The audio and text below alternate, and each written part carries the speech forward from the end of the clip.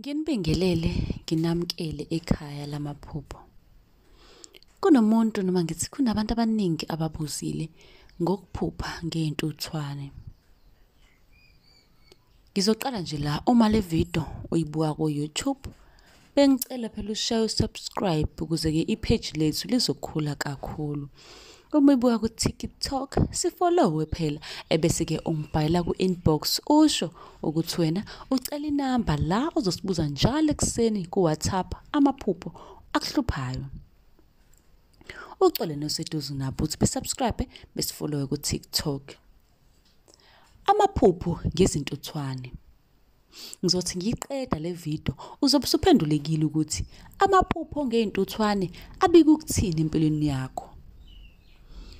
Uma uphupha ubona izintuthwane, lokho kubika ukuthi uzovunywa ngokuzikhandla kwakho ngemicebo kanye nendlu enkulu, ikakhulukazi-ke uma uzibona ziqoqa udoti zizokwakha isidleke sazo lezo zintuthwane osuke uy'bona ephusheni.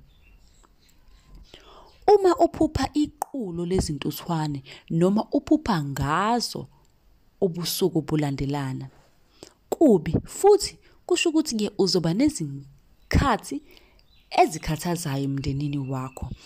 Kungase-ke futhi lokho kuphinde kubike isichitho. Isichitho-ke lesi ekuthiwa-ke sizovala nje izinto ezinhle empilweni yakho, sizovala ukukhanya, sizoveza amabhadi.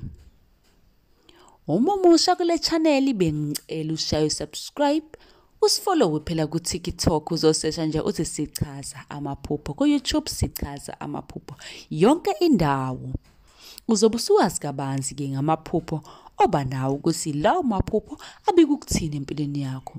Nisale kahle.